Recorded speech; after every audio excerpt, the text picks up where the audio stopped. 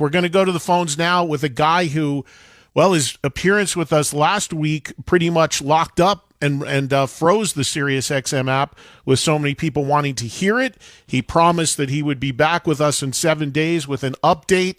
Ace Frehley was on with us, of course, last Wednesday, upset about comments that Paul Stanley made about the original lineup, and if they would have played at the Rock and Roll Hall of Fame, that they would have been more accurately called Piss instead of Kiss.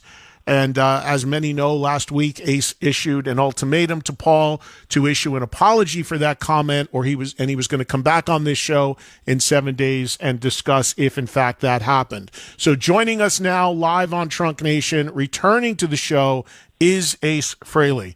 Ace, how are you, buddy? How you doing, brother?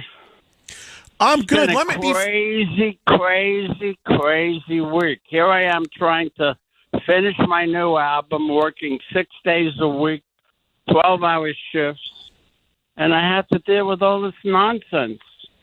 Well, let me ask you this before we get texting hold on, me, Ace, emailing me.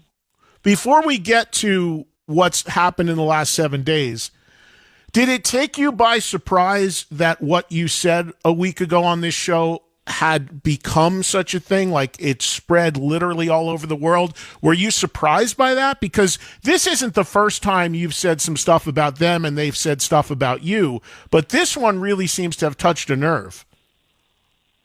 Well, Paul and Jane have pretty much dragged my name through the mud ever since I quit the band the first time in 1981, 1882. They actually begged me not to leave, even though after I left, they said I was unemployable, undependable, and not a good guitar player, and everything you could say negatively about a musician they said about me. But prior to me quitting the band, they asked me to please stay. That's a fact. Well, to the point, well, hold on, let me jump in there.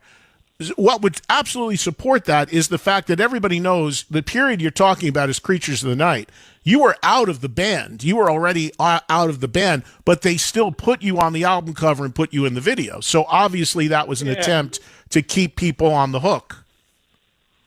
I wasn't really happy about being on that cover. I didn't need the press. I didn't need the money, and I thought it was unfair to the fans that I really didn't play almost anything on that album, although Michael James Jackson, the producer of the record, said I did. It was so long ago, I can't even be accurate with the statement on whether or not I did perform at least one song. I may have, but I think that's a moot point at this juncture. Yeah, of course. So we know the history. We know all that stuff. We know since then there's been ups and downs. You've been in, you've been out, and all of that. Update everybody, if you will, off of last week when you were on this show and you wanted the apology from Paul. Did he contact you? Yes, he did. Not long after the show was over. And I was blindsided by the phone call because I saw his name come up on my cell phone, and I spoke to him 100 different times on that number, and that can be verified by Verizon, who is my cell phone carrier. So, I figured he was calling me maybe to apologize or at least explain why he said that. Maybe he meant it really more towards Peter than me, and whatever the case may be. But instead of an apology, I got a 5-second phone call which said, F you, Ace. I'm not going to apologize. And hung up. You can curse on this. So say that again. He said, fuck you, Ace. He said, fuck you, Ace. I'm not going to apologize. And hung up. He wasn't even man enough to let me give a rebuttal and explain why I'm so upset or anything like that. So this wasn't a voicemail. You actually answered the phone, and on the other end, That's what you heard. No, it wasn't a text. It was a phone call. And it wasn't a And the voicemail. only You reason I answered. picked it up because it said Paul S. Right. When it comes to the guys, I never write their full name. God forbid somebody finds my phone. They may not figure it out that it's Gene Simmons and Paul Stanley, and I would Right. never give out their phone numbers.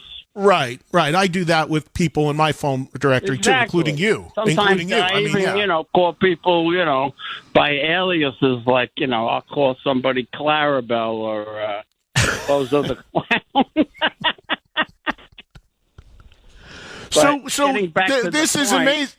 This is amazing. Hold on. So shortly after last Wednesday, he calls you and you answer and he says, "Fuck you, Ace. I'm not apologizing," and hung up the phone. That was it? Absolutely.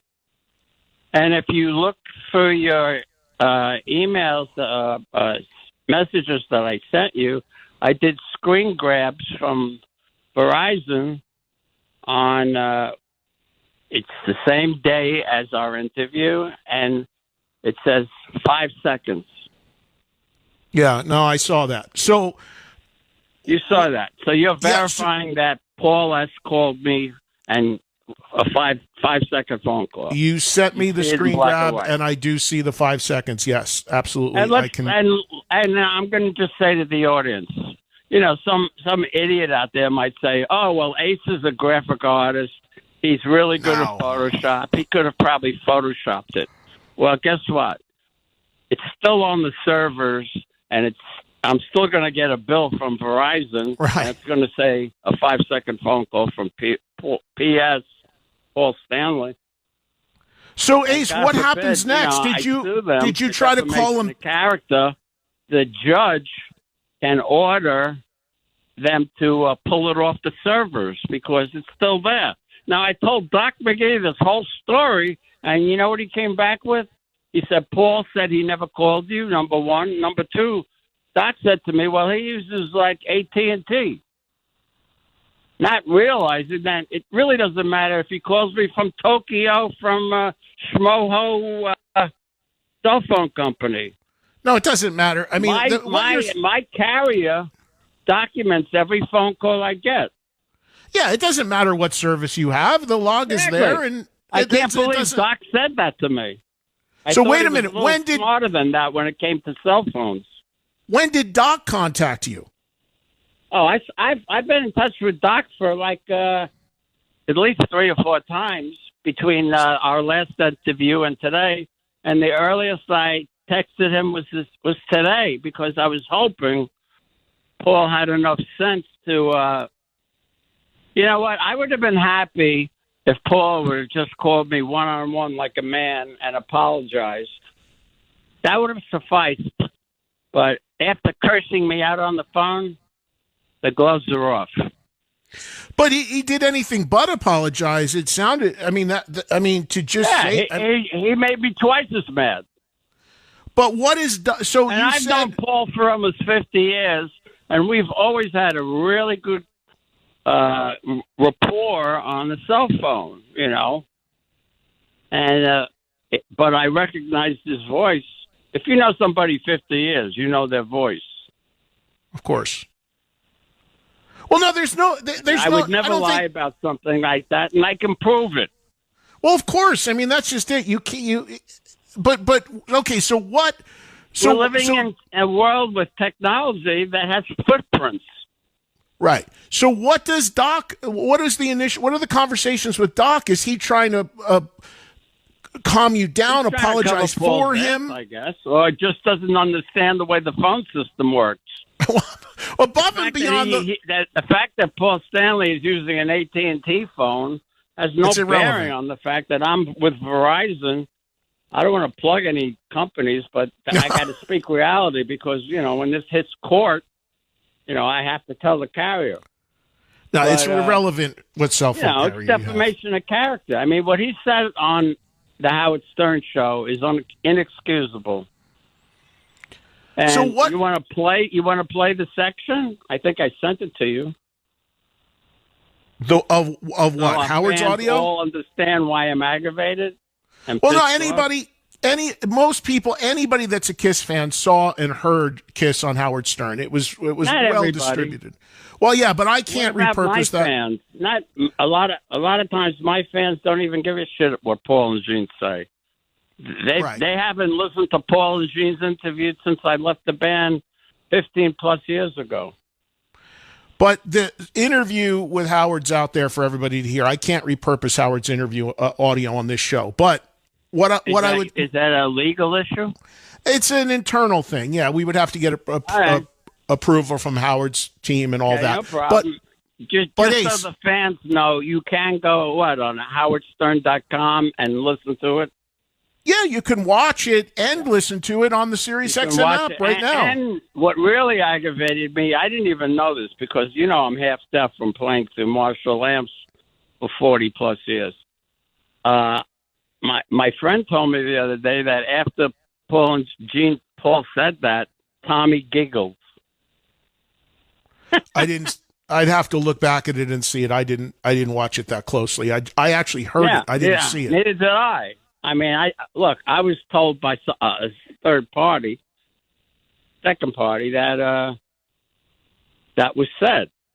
That's all I had to hear. Then I got really, really pissed off because in 2014, when we were being inducted into Rock and Roll Hall of Fame, I already had 2 albums under my belt, 8 years sobriety, and was touring.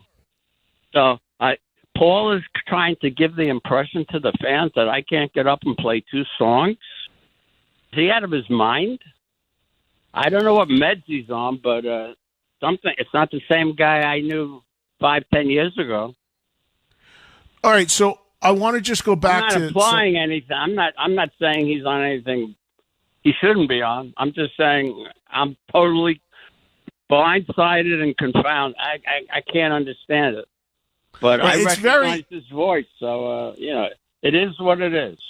It's very hard to make the case against you that you, and this is just fact. This isn't taking sides, just fact. It's impossible to say to anybody that you are incapable of performing live or making music when you have put out a record every year or two and you play shows regularly and you front the band and you perform. Whether people, know it or not, you're out there constantly touring and playing shows, just open for Alice Cooper. So, yeah, that narrative doesn't work at all because the proof is there. It was a 5-week tour, 4 or 5 shows a week. Alice's wife came in and said, Ace, your band is the icing on the cake for the show. And I thought that was really a sweet commentary that she said. But Ace, I want to go back to the thing with Doc. So you said you have multiple conversations with Doc. What kind of stuff does he tell you? What did you guys talk about? Can you share any of that? Yeah. What did he say? Did he apologize for Paul? He his first response was, I spoke with Paul. Paul denied making the phone call. I said, Doc, I have the evidence. I did screen grabs. Laura helped me out. She goes, let me pull up your memory. And she pulled up Wednesday, and it said a 5-second call from Paul Sass. So I did a screen grab, and I sent it to Doc. And he goes, I'll call him back. He was on vacation with his family, from what I understand, in Mexico. I don't care if he was in Fiji. Doesn't matter. It's on the servers in the Verizon company. So what else? So okay. So initially, Doc tries to say he didn't make that call. You have the proof that he did. Where does it go from there? I never heard anything further from Doc at that point. I called him again. I texted him again today. He told me that Paul has a different phone company, and which is pretty idiotic because it has nothing to do with anything. No, it has nothing to do with my carrier. If I call him, it's on his server in AT&T, but I didn't call him. He called me. So he lied to his manager, and I think Doc bought it. So after that text, Doc never called me back. I was hoping he would try to talk some sense into Paul, because I don't bullshit. I tell the truth. Did you consider reaching out to him and trying to call him back? No, not after he cursed me out on the phone. Would you? The way I'm wired, my initial thing might be like I'm gonna I'd probably hit redial and be like, "Are you kidding me?" And probably get into it. I mean, I understand totally everybody has. With you, I texted him right back, and I said in the text, "Could you please repeat that?" I didn't have my since I'm hard of hearing. I didn't have my speakerphone on. Could you please just text to me what you said? Because I'm not exactly sure what I said, what you said. But basically, I said that because I wanted even a bigger record of what he said. I wanted it in black and white. But it's on the servers in Verizon, so I'm not concerned. You get a court order, they pull it off. His name is Mud. So where does this rest with you? What I mean, do you think anything more comes of this? Are you just going to move on? Where are you at? I initially, if you remember correctly, I initially said if he doesn't apologize, I'm going to spill some dirt that nobody knows about. Right. And then I spoke to several good friends of mine who are God-fearing people, and I go to AA meetings with, and they said, don't ever sink to their level. That's what they do. That's what they've been doing for years. Why are you going to sink to their level? So then I came to the realization that I don't even have to bring up anything that I have hidden away in my attorney's safe deposit box. I can just talk about things that they've said about me in black and white. They can't come after me after that, because they said it. It's in black and white. Let's talk about some previous interviews. Paul Stanley has admitted the company that does his artwork that he created the logo and designed it. Now, we all know that's a lie. Am I correct?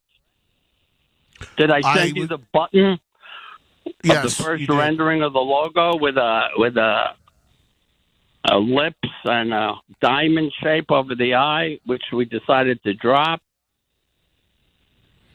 Yeah, I didn't know what that was. You texted that to me. There's a logo that you sent me. I designed. That was the first rendering of the KISS logo I did. Wow, I've never seen that. So that just got auctioned off. The original one, the one I sent you, was a copy. That just got auctioned off for $100,000. Has that picture ever been shown of that original logo? I've never seen that. It's in my book. You've seen it. You just forgot. Yeah. Hey, so it's a diamond. We don't have the memory we used to have. No, I know. Tell me about it. So yeah, obviously, I can't remember people's names for the life of me. The thing is, he's always said is you design the logo, he refined it. So by refining it would mean from what you're showing. That was his old story. Now he likes to change history and say he created the logo and designed it. What he did was, since he went to music and art, I gave him the logo. Everybody loved it. He said, let me redraw it with a rapidograph pen. And, he can draw straighter lines than me because he's had art training and I haven't. Just like I never took a guitar lesson. So he refined it very nicely. Thank you very much, Paul. And that's the logo that you see today. But he didn't create it. He didn't design it. He just clarified it. And he admitted it in early interviews. I just couldn't find it between last week and this week because I'm in the middle of I've been recording 6 days a week, 8 to 10 hours a day. I mean, Jesus Christ. I got to be bothered with this nonsense. So it sounds like, and look, I told the audience before you came on that I also talked to you and thought that it would be best if you kind of took the high road on all of this, because it just doesn't serve any purpose to get into the weeds. I agree with you. I'm not going to stoop to that level and start trying to change history and bring up lies or truths that sound like lies, because I'm the only one that saw it, so it's their word against mine. I don't even want to go there, but I have it in a manuscript. So, Ace, let me ask you this, because you sent me on text, you sent me a bunch of these screen grabs of all these headlines on over the years, in the last 20, 30 years, these guys saying stuff about you. You're drug addict, unreliable, because I can't remember anything. So I know. But I'm saying I'm scrolling through them online for the fans. Right. So I'm scrolling through, and I know what you're doing. I see you're compiling this proof and this evidence, so it doesn't sound like you're just making this stuff up. Anybody that, right? Yeah, right. Anybody that follows along in the KISS world, and there's many people that do, know that there's been a huge history of these guys either trying to diminish the importance of you and Peter, or taking shots at you, or whatever the case may be. I have a theory as to why they do that, but why do you think they constantly do it? Well, I don't know if it's the same theory I have, but what do you think? Then the current lineup is lifted up.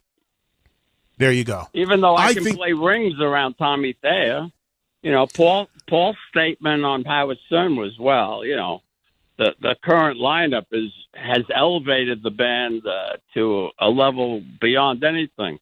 Listen to the first 5 KISS albums. Tommy couldn't play a solo and write a solo like me if his life depended on it.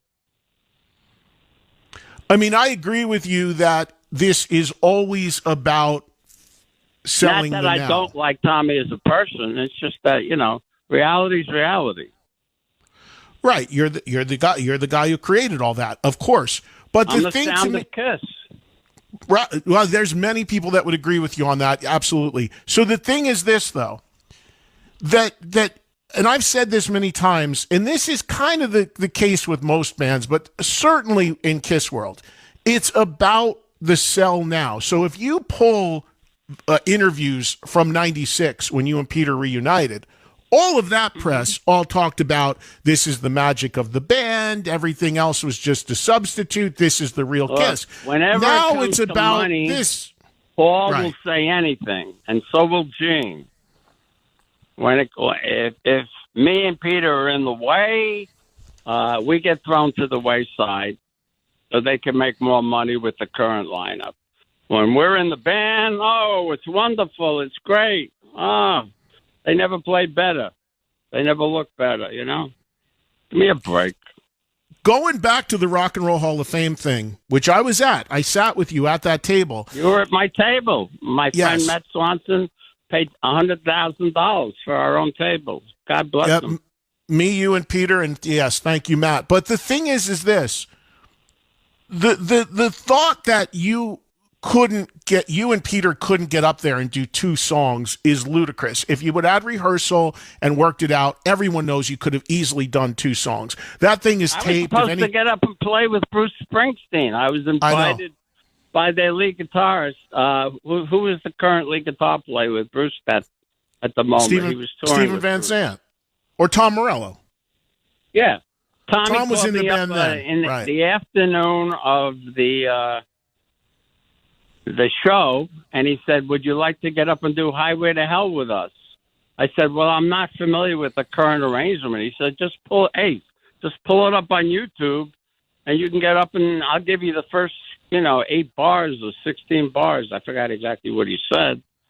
He had faith in me as a guitar player, like most people do. And, well, yeah. I said, sure, I'd love to.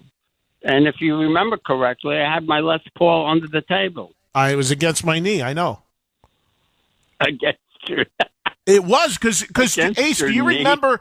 Well, yeah, because the guitar was between me and you under the table. And do you remember we were sitting there? Did you carry it out for me? Yes, and you forgot your Hall of Fame statue, my bag. I went running after you with. I have a photo of that. But I remember we were sitting there Because you remember Springsteen's band went into the Hall of Fame that year, and they were all talking so long on their speeches that the guy comes over. Yeah, the guy comes over and he says, we're going to have to cut the jam. And that's when you grabbed the guitar and said, let's go, we're getting out of here. And we left, and everybody was hungry. I remember it was a long day. Stay long enough to hear my friend Joan Jett get up and play with Nirvana, and then I walked out. I said, I'm done. But going back to that night, which was the trigger for all of this, okay, the truth of the matter was that the Hall of Fame, what Paul said on Howard was truthful, that the Hall of Fame wanted just the original band to play because that's what was getting inducted, and they didn't want to do that. And if you remember correctly, I said on the last TV show we had a week ago from today, I told you that I got a phone call from Doc, Paul, and Gene, and they wanted me to perform, which is completely incongruous to what Paul said on Howard Stern. But, you know, there is no rhyme or reason why they say what they say. They say what's ever convenient for them and makes them the most money. Yes, and my point, though, is that there's nobody that could argue that they couldn't have gotten you up there for a couple songs if they wanted to, and no matter what anybody's ability is and isn't, the bottom line is a few days rehearsal, there's no way the four of you guys couldn't have gotten through 3-4 songs in makeup, out of makeup. Rehearsal to get up and do a couple of Kiss songs. I could play those songs in my sleep. I've been playing those for 15, 20 years before I quit. Well, I quit. I did a 8-9 year run. I quit the band because they were driving me crazy. Then we did the Unplugged on MTV. They asked me to rejoin the band. Oh, but I mean, you want me back after you dragged my name through the mud and said I'm unemployable and undependable? Why? Because we made $250 million that year. That's why they asked me. But Ace, this is my point. You bring up the Unplugged. This is my point about the Hall of Fame. They absolutely could have played, because also everybody knows the Hall of Fame performances that's recorded and aired on HBO 2 months later. All of those artists go into the studio, they touch up audio, they remix it. So the quality of the performance, if that was legitimately their concern, is absolutely ridiculous, because it absolutely could have been dealt with and happened for a couple songs. And the fans who fought, absolutely ridiculous. Right, but they try to rewrite history. Ace, I mean, hold on. Let me finish this thought. I sent you some screen grabs where Paul says, in black and white, he created the logo. He designed the logo. I mean, is he trying to rewrite history? Well, that again, that serves the everything is about serving the narrative. White from a website. I know. But that's about serving the narrative. My point is this. They didn't want to play at the Hall of Fame even for a couple songs. As I told you last week, there were tons of bands. No, they wanted to. They called me up and asked me to. And then I said, I'm not getting on stage with Tommy Thayer. Right. And they didn't want to confuse the people in the audience between the old band and the new band, because that's exactly what happened during Unplugged, and they had to drop their album with Tommy and Eric and do a reunion tour because that's what the fans demanded. Hold on, there was a little of that fear in their heads, because me and Peter would have gotten up there and killed it. I'm trying to clarify something, though. When you're 100% right. They didn't want to play. They wanted to play with you and Peter, but only if Tommy and Eric were on stage as well, who were not being inducted. They would not play with just the four people that were being inducted, you and Peter. That's the problem. That's why nobody played. But I'm saying other bands have done that. Cheap Trick did it. Heart did it. There were members that weren't in the band, but for a couple songs for the fans, they did it. Gene and Paul would not do it for a couple songs for the fans. I believe the reason for that was exactly what you said about the Unplugged. I was at the Unplugged taping. When you guys came out at the end as the surprise, It was mayhem. There was an avalanche. There was no way they could go back and sell the previous non-makeup lineup and the record they had coming at that time, which was Carnival of Souls. They saw the reaction, they folded all that, and they went to the reunion, and we all know how huge the reunion was with you and Peter coming back. Largest grossing tour of the year. Right. I believe that they had the same concerns that if they brought you out at the Rock and Roll Hall of Fame, the original four guys, there would have been such a vibe and avalanche like there was in that room when Unplugged was shot that they didn't want to go back to. They didn't want to deal with it. I believe that was in their heads. Nobody can tell me. Nobody can tell me that you and Peter could not, at that point in your life, get up there and competently play 2 or 3 songs, even with a little rehearsal if needed. There's no way, especially when it's not live and it can be touched up. So it's... I wouldn't need rehearsal. I know those songs like the back of my hand. I still get up and do Deuce and Cold... Well, I wrote Cold Gin, I wrote Parasite, you know. But I didn't write Deuce, and I love Deuce. It's the first song they played for me when I auditioned for the band, so it has a special place in my heart. But we created something really, really special. I designed my own makeup. I even helped Paul design his makeup. You know, his original makeup, he dressed like the dog in Little Rascals. He had a circle around his eye. And he's never given me credit for this, but I'm going to tell all the fans right now, this is the truth. I swear to God, on my daughter's life, I said to Paul, why don't you try a star? You know what? I never took credit for it because we were all brothers. We were all working together for the same goal. Just like Gene, I'm going to be the first to admit that Gene wrote the breakdown section in Cold Gin. Dun, da, da, da, da, da, da, bum, bum, da, da, dun, da. He never took credit for it because Gene loves me and I love Gene, and it was just, you know, all for one and one for all back then. Today it's just all about money. It's interesting you talk about songwriting because in that same Howard Stern show, which touched off this comment to you about you and Peter, for that matter, Gene and Paul argue throughout that interview. I've not watched every minute of that, but I've heard most of it. They argue amongst themselves about who wrote Strutter and what part of Strutter. So Strutter? I thought Paul did. But Gene kept chiming in and saying he did during the interview with Stern. Or at least part of it. They argued over who wrote what part. It really doesn't matter, but to them it matters because it means money. Well, I think they each have. I think they each have credit on the publishing. Hey, have you heard? You know that song? Bum da dun dun dun dun bum. What is it called? Love Theme from Kiss. Yeah, I wrote 90% of that song.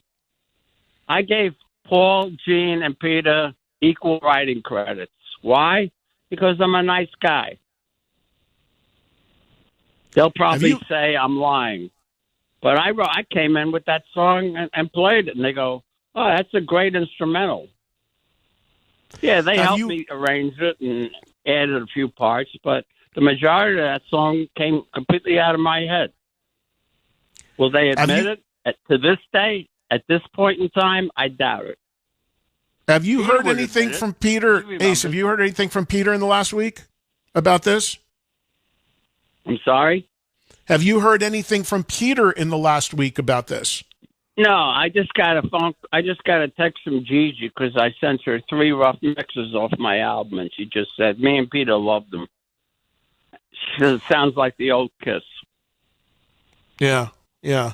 So just in wrapping up on this whole thing, what do you want to say? And needless to say, where we are now on the 5th day of April, 2023, for fans holding out some sort of hope that you're going to do something again with the band for the final shows, I'd say at least where we sit now, that ship has sailed, huh?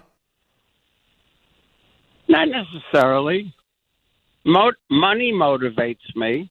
Just like it motivates them, but I don't put money before God.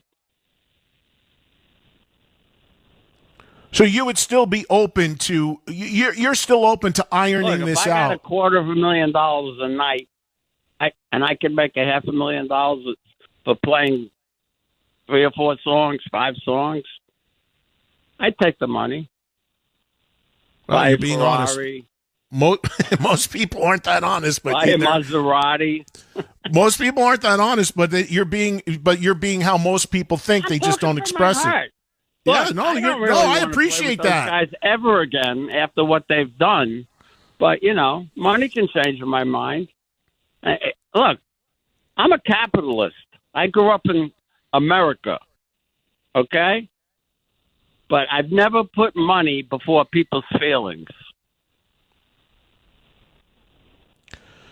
Doc has said one of the I obstacles. like money as much as the next guy does. Oh, of course, But money everybody isn't does. my God like it is theirs. They're all atheists and all, whatever they can make, whatever they can do or say, whether it's true or false, as long as it makes them the most amount of money, they're going to do. Gene used to tell me, Ace, I'd dress up in a tutu if I could make $1 million. And he did when he made that movie with, what's his name, that German. That's true. I forget what's that movie called with John Stamos. You remember that? Yeah, Too Young to Die or Too. That is true. He did. Of course, it's true. You know what I love about Gene? Gene tells you to your face. Yes, I always said that. He's a straight shooter. And you know what I hate about Paul? Paul will walk into a room, I'll play him a song, and he goes, I love it. He'll walk out of the room and tell the producer, can that. It sucks. You know what Jeanette said to me? My wife, at the time when we were recording Psycho Circus, she goes, don't send those guys any of your songs. They're going to steal them. They're going to steal the ideas. So I sent them a song called Life, Liberty, and the Pursuit of Rock and Roll. They canned it. What happened? Paul came out with a song called I Pledge Allegiance to the State of Rock and Roll. Similar. Yeah. Ace, one other thing on the potential of playing with them again. One of the obstacles that Doc has cited in interviews recently is the makeup factor, that you can't have 2 guys in the makeup, 2 cats, 2 spacemen. I'm a good-looking guy. I don't need the makeup. So that's my question.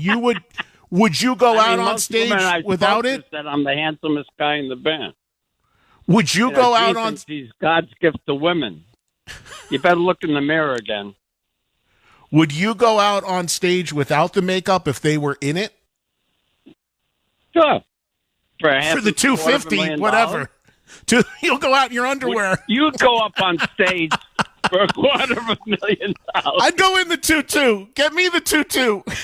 And you'd wear a tutu. Hell yeah. And I'd like to address the anti-Semitic remark that Paul said. Did I send you a picture of Paul dressed up as a Nazi officer and with his arm up saluting Hitler? There is a photo that you sent me. Yes, I believe that was also in Lydia Chris's book. Yeah, and it's split. One is him in the Nazi officer's uniform, and the photo on the left is him raising his hand, his arm. Mm-hmm. Correct? Yeah, I've seen that photo before, yes. Okay. And then under it, he accuses me of being an anti-Semite. When a lot of my friends are Jewish, I lived with a Jewish girl for 10 years, that crazy broad Rachel. I have an order of protection against her for 3 years. She took all her Facebook quotes down. She might be going to jail. It's unfortunate, but Paul and Gene gave her $200,000. Paul and Gene gave your ex-girlfriend. Paul and Gene gave your ex-girlfriend $200,000. Is that what you just said? That's what I heard. For what reason? I may be incorrect. Maybe it was only $100,000, but it was to sign a non-disclosure agreement. And then she broke it and talked about them further on her Facebook. because she probably took a handful of pills and got loaded and say anything. So I called up Kiss's attorney. I said, what the hell's going on? He broke the non-disclosure agreement. Why don't you go after her? He goes, Ace, it's better we just leave her alone because eventually people will just stop listening to her. Ace, let me ask you this. One other thing. And, I've seen this happen. I want to hit a few other things. You told me I had time. Yeah, no. I want to ask you something unrelated to all this, but go ahead. What else did you want to say? Oh, I don't know. Look at all the things I sent you. Let me look at my notes. Kisses. So you sent Paul me a bunch and of. Gene have both said in print that they fired me, and I did not quit the band. We all know that is a lie. Thank you, guys. You don't have a lie, but you haven't done a record in 8 years. But I've done about 6. What's the problem? Did you lose your creativity? Thank you very much. I'm looking at a screen grab here from iHeartRadio with a headline that says, Kiss's manager says Ace Frehley likely to show up on band's farewell tour. Yeah. And that was said so they would sell more tickets because they weren't selling out every show. So they told Doc to say, we invited Ace on to come up and play a couple of songs. So more people bought tickets. Ace fans said, oh, wow, Ace is coming to the show. He's going to play a couple of songs. I'm not going to miss that. Look, they do all these underhanded little things that subliminally make people think I'm going to be there, but I'm not. It's dirty pool. I think it's very, very misleading, and it almost is on the brink of breaking the law. There's a lot here about them always saying how you and Peter threw away everything, threw away potential, the drugs and all of that. I know. You own all that. Did you see the headline where Gene goes, Ace and Peter are poor? That's why we both live in mansions. That's why I have a beautiful fiance. That's why I have 4 cars in my driveway. That's why I have a $150,000 recording studio in my basement with over 100 guitars. I'm poor. Didn't you know that? but Gene, I don't have the money you have, but I'm not poor. I can guarantee that. Well, yeah, poor is relative to your finances. That's for sure. Ace, is there? I've seen stuff like this happen throughout my career with people in bands, these divisions and as severe as this. Oh yeah. Oh yeah. For instance, like the brothers in the Black Crowes, although wasn't public. I mean, they fought. Look at the brothers in the band Oasis. I don't know if you know those guys, but they snipe at each other constantly in the press, and it's a bad scene. I mean, there's been stuff like this has happened, but at the end of the day, you always see and you referenced this before. What you guys created is so iconic and enduring that there's among the it's four of you. It's going to go on for another 100 years. Absolutely. After we're all long gone. After we're all long gone. So absolutely. Is there a side to you that that wishes that this could all be resolved and that you could just move on with your life? Is there a side of you that wants to go back? I gave Paul a chance to do so, and he cursed me out. Right. You figure out Paul's brain and then tell me, because I have no idea what the hell's going on in his head. And half the time, I don't know why Gene is putting me down, because when I went on the tour with him, helping him promote his vault experience, which I said I couldn't remember the name of it, and I said the silly safe. And you told me that was one of the funniest. By the way, that was my favorite thing of all last week. Yeah, that was fun. I tried to get that trending. Coffee table. He gave me one. But look, the bottom line is this. Deep down in my heart, I love those guys because we created something so special. Yes. That it will be remembered for years. When we're all dead and buried, there will still be people listening to Kiss music. And I'm overjoyed. You should be. It's incredible. I want my legacy to be cleared of any of this bullshit and lies. Because I don't want anybody to think that I was fired when I wasn't. I don't want anybody to think that I'm an anti-Semite because I'm not. You know, I don't want anybody to think that the night of the induction to the Rock and Roll Hall of Fame, I wasn't able to get up and play 2 songs or 3 songs when I had just recorded 2 records and been on tour and 8 years sober. That's such a falsehood. That's what started this whole thing. You know, everybody said to me, "Hey, Ace," they would call me up going, "Ace, you're finally standing up to them." Well, that was a little too low. That was hitting below the belt. They can say, "Yeah, Tommy's a better guitar player than me." Yeah. Dream on. I'd like to see Tommy write 40 guitar solos like I've written. Well, all he does is copy my guitar solos. He's not even man enough to play his own because Paul and Gene won't let him. And he takes it. You can't, though. I mean, and this is a credit to you. The solos that I've said this many times. To me, but in the same token, your guitar solos. I'd say, look, if I can't play my own solos, I'm not doing this. But your guitar solos are songs within the song. Different makeup, like Eric Carr did, and like Vinnie Vincent did. Why couldn't Tommy have a new makeup? I wouldn't have a problem with that. I agree completely on that. Can you figure that one out? Yeah, well, because I agree completely on that. But what they'll tell you is they wanted to make sure that they kept the same image and the same thing in their mind. Because my makeup sells more than any other makeup. Do you know that I outsell Gene in merchandise? I was told that by Live Nation. Look, to me, I'm not even in the fucking band.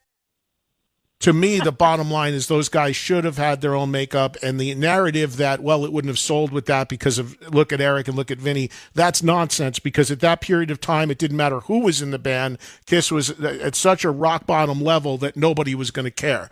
I think those guys, Tommy and Eric, were shortchanged by not being able to come up with their own personas, their own people. And look, Doc just said the reason why, at least one of his reasons why it's a problem for you and Peter to come out is because of the makeup. Well, whose fault is that? They should have had their own makeup, and we wouldn't have been here if they did that 20 years ago. The idea that nobody would have bought the band with those guys in different makeup is, to me, ridiculous because... Yeah, but I would have gotten checks for 20 years.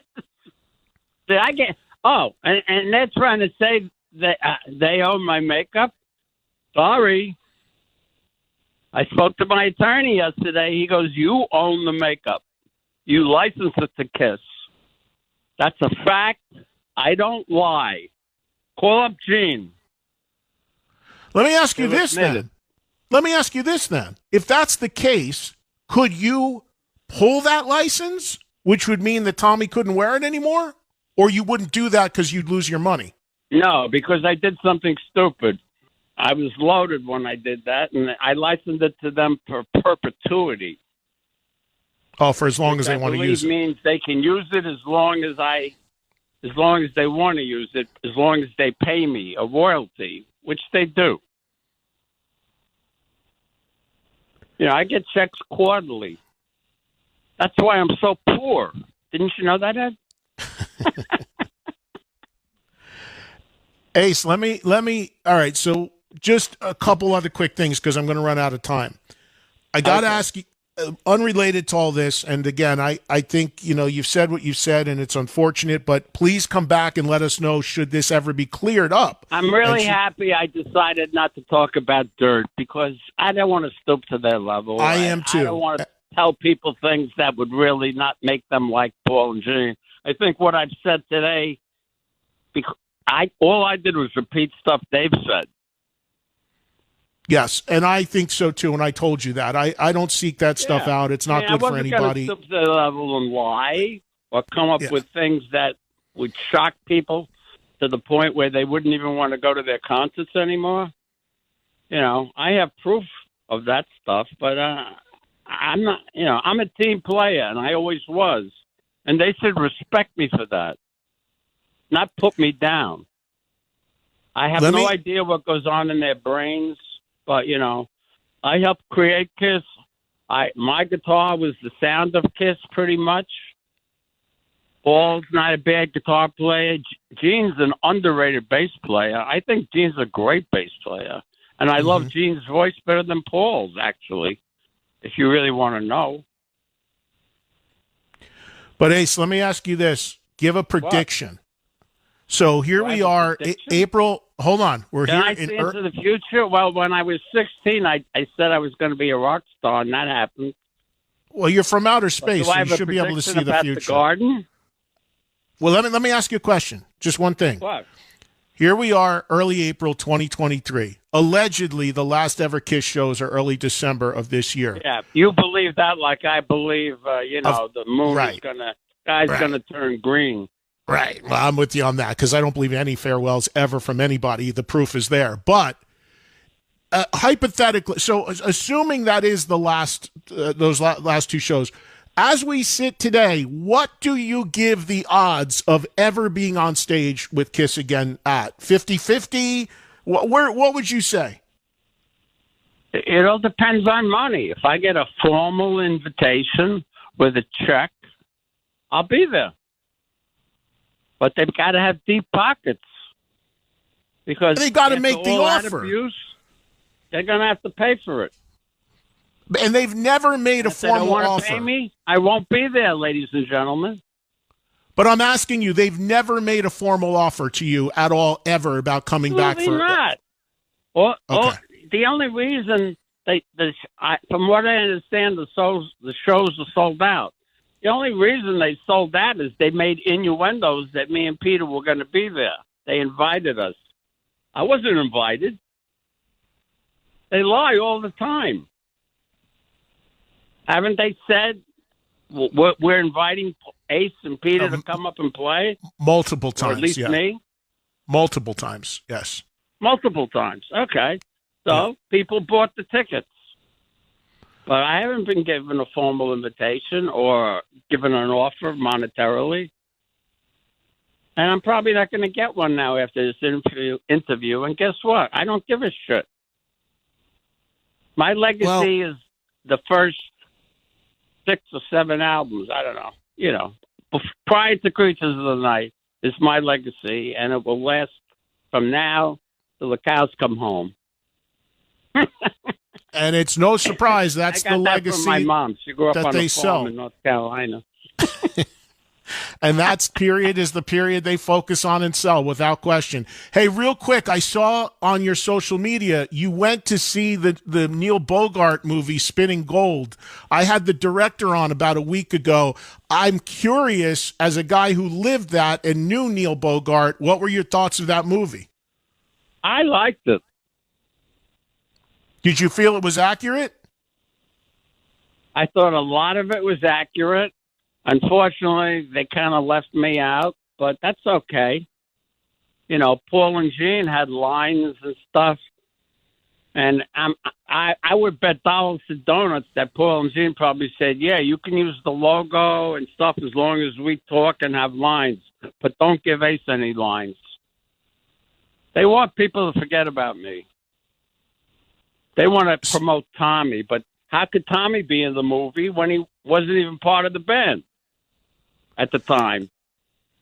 As somebody I used to party with Neil Bogart. Neil Bogart loved me, and I. Well, that's what I wanted to. I never had a problem with Neil Bogart, and when I watched that movie, it reminded me of all the fun I had with Neil. He was a great guy. And the only thing I regret is that I didn't go to his funeral because I was kicking drugs at the time, and I was too sick to show up and get on a plane. And I hope Joyce is listening, because, Joyce, I'm apologizing to you because I'm not sure you're aware of that's the reason why I didn't show up. But I was too sick to get on a plane.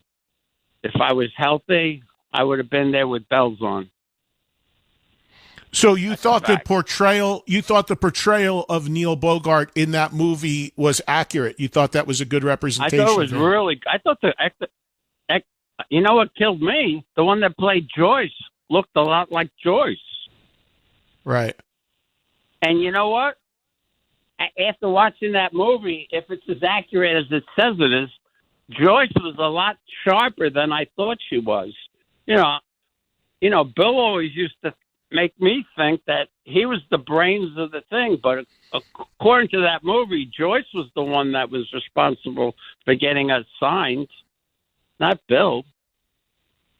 Yeah, no, she's always been. Unfortunately, Bill isn't here right now to defend himself, but in that movie, pretty much Joyce is the brains of the operation. And it very well could have been. I didn't know. I wasn't paying attention. I was too happy just running around and having a few drinks and playing with the girls. Well, yeah, you were young kids figuring it all out, Yeah, I was young. I'd never been on a plane before till I went on tour with Kiss. I'm just a poor kid from the Bronx. Was a poor kid. I'm not poor anymore, Gene. And for people who are wondering about Joyce, if you don't know the story, Joyce Bywitz was Bill Aucoin's partner in the early management of Kiss, and then ended up dating. They were equal partners.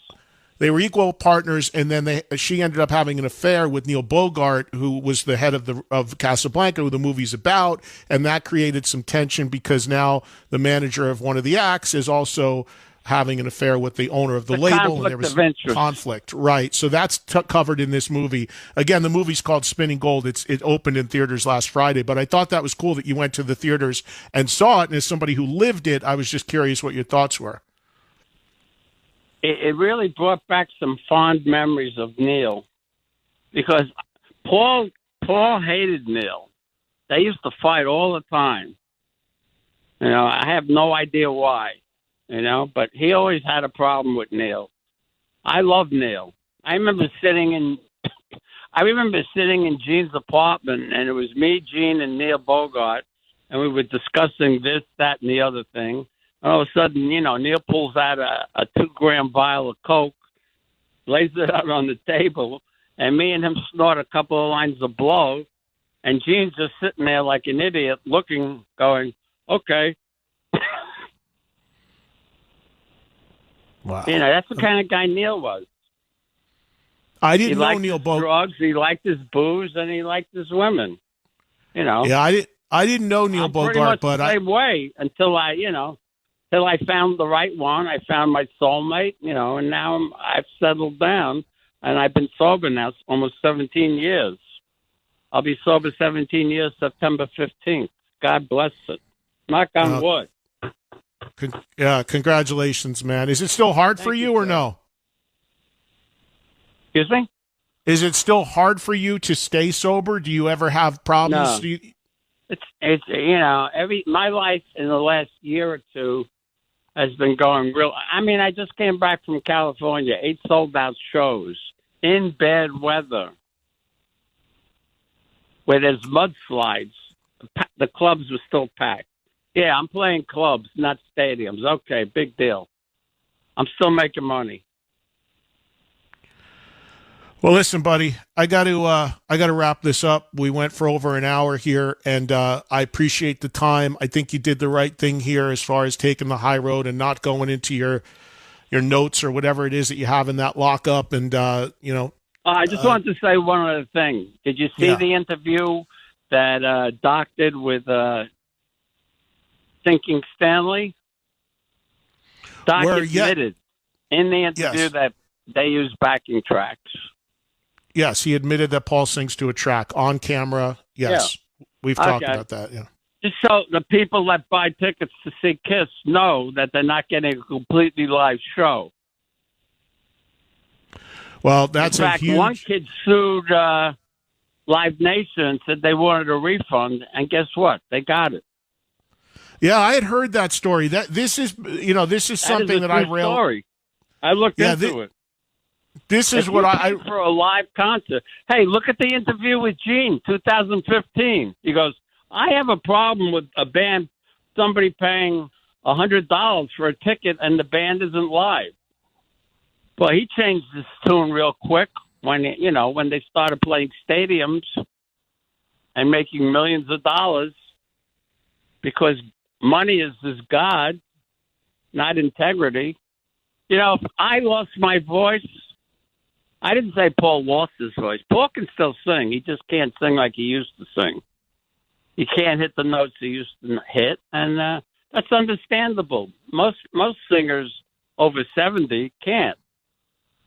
But what I used to do, if that happened to me, I'd hire a lead singer and just concentrate on my guitar playing. Big deal, But using backing tracks, come on. Well, look, I will never do that. Thank People God, pay for a live show. They're going to get it from Ace Frehley. I couldn't be more. I don't care who the band is. It's something I've been on a soapbox about for years. I don't it's an care epidemic. if I'm playing for a 300-seat bar. What you hear is live. To me, I don't play 300-seat bars anymore. To me, the true death of rock and roll, if you really want to think rock and roll is dead, it's all the bands that play to computers and can't jam, and there's no margin for error, a lot of and you're them. hearing a tape. I've heard some it's stories, sick. It's sickening. And it's very disheartening to me. Sickening. I have zero interest in seeing it or hearing it. How can you pay $1,000 for a front row ticket when the guy is not singing the whole song? It's not just singing. Some bands have instruments, guitars, bass, the drums, the keyboards, it's insane. And if fans don't I don't want to name the bands that I know for a fact do it, because I don't want to get them in trouble, and I have nothing to do with them, and I have no bug with them. But, Paul and Gene, we have a problem. They've said some shitty things about me, and now I'm going to, say some shitty things about them because I'm pissed off. But everything I've said today is public record. Look up the interviews. Guaranteed. 2015, Gene says, I have a problem with backing tracks. They're on YouTube. Oh, I know. Paul's talked about it in the past, too. Other bands that have other guys singing the parts and all that. I know. It's insane. Why doesn't he just get another singer to help him out? Dress him up as a kangaroo. I don't know. On that note, I got to go because I'm almost out of time. But thank you for coming on again. By the way, the new album I'm recording, and everybody can hold me to this, it may be the best album to date I've ever done. I think it might top my first solo album with New York Groove. That's coming from the horse's mouth.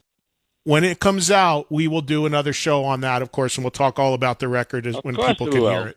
Yeah, man. Thank you so much, Ed. You're a gentleman and a scholar, and it's always a pleasure being on your show. And thank you, fans, for listening. Every word I said out of my mouth is true. I might have joked around a little, but all the statements I made are factual, and you can look them up on YouTube. All right, man. I got to go. I'll be back in Jersey next week. I'll hit you up. Hey, I want you to come over for a barbecue, brother. Yeah, I want to come hear the record, too. So I'll warm. I know. I'll hit you next week. Laura's parents just came over from Greece. Her father just turned 90. You got to come over and meet them. They're a riot. I'll be there. I want to come next week. We'll do it. We'll set it up. Okay. You got after Easter, around Easter. Yeah, yeah. Okay. All right, man. Thank you, I'll talk Ed. to you soon. Thank you, Ed staff. Thank you, fans. Thank you, people that aren't fans. At least you've been informed of reality. I know these days it's kind of hard to tell the difference between reality and non-reality, but be that as it may, we'll end on that note. And thanks for having me on, buddy. I'll talk to you soon. All right. We'll see you. Thanks, Ace. Thank you. Bye-bye. Bye-bye. There he goes. The one and only. Just, I think, look, there's a lot of what Ace said there that obviously has been talked about before. And I want to tell you what happened there so you know. Ace, all those things that Ace said, he sent me a bunch of screen grabs I have via text of these stories and articles where to support what he said, where Gene in print, where Gene and Paul have said these things about him. With in print, Doc saying he's going to come back to the band, all of this stuff. So what he's trying to do there, he sent me the screen grabs of the cell phone of the 5-second call. So what he's trying to do there is just provide additional proof to me and anyone that wants it. As you could hear, very sincere. It's very important to him that what he's talking about is not people take as being truth. And he actually went to the length in the last day or so to accumulate screen grabs and links to support what he just said. So he's, kind of buttoned up on this in terms of anybody that's going to say any of this is embellished or taken out of context. Again, we know that last week when he came on, he claimed he had all this dirt and would destroy his, Paul's career and these things that he has in this manifesto or whatever it is. It sounds like I can tell you I advised him against doing that, as it sounded like other people did, and I'm glad that he did not do that.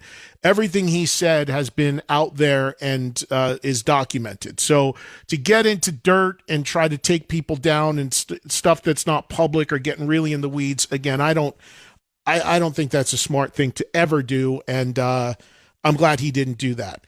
And I will close by saying this just again, for the record, as I've said repeatedly, any and all former or current members of KISS are always welcome on my show. Always. Always have been, always are welcome. I can only talk to the people who will talk to me and come on.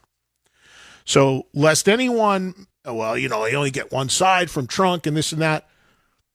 You can only present sides that'll come on. Bruce has come on a lot over the years, still does. Peter occasionally when he's got something going on. And he would be interesting to hear from on all this because he was thrown under the same bus, but of course, Peter's welcome if he wants to dive in on this. And, Eric Singer, Tommy Thayer, always welcome. Gene, Paul, needless to say, always welcome. You can only talk to the people that will talk to you. All right. Thanks to Ace. That was over an hour straight. Hope you enjoyed it. We got to do a break. We'll come back. A few thoughts, maybe a call or two, time permitting, and we'll wrap up another epic Trunk Nation on a Wednesday. Faction Talk, Sirius XM Channel 103, or the Sirius XM app. Let's not be silly. There's a life out there to see.